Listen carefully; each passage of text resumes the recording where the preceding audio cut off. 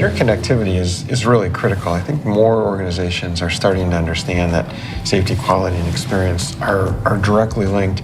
Yeah, for years we've been talking about, engagement is related to experience or experience is related to safety, and they were somewhat unidimensional relationships. And now what we're focusing on is how those pieces work together in an additive or sometimes multiplicative fashion. That it's not just if engagement is high, outcomes will be good, but engagement has to be high and nurse communication has to be good at the same time. When those two things come together, that's when outcomes are optimal. It's got to be that integrated strategy.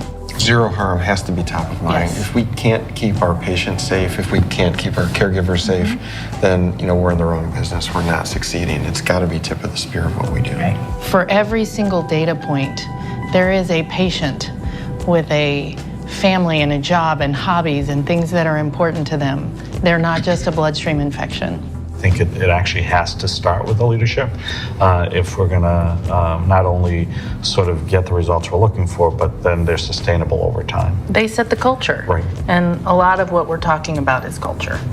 This work is really exciting, and it just continues our efforts to find deeper understanding of what is important for our clients as it relates to how they care for patients, how we really understand the influence of safety, the influence of quality, patient-centeredness, and ultimately our culture. One of the biggest challenges I think the healthcare industry is facing right now is this idea that they do operate in verticals. And so everyone has great information as it relates to their own vertical, their own silo. So we have to help our clients, our partners, trying to provide the right insights that allow them to use these cross-domain analytics in a way that gets them to where they need to be.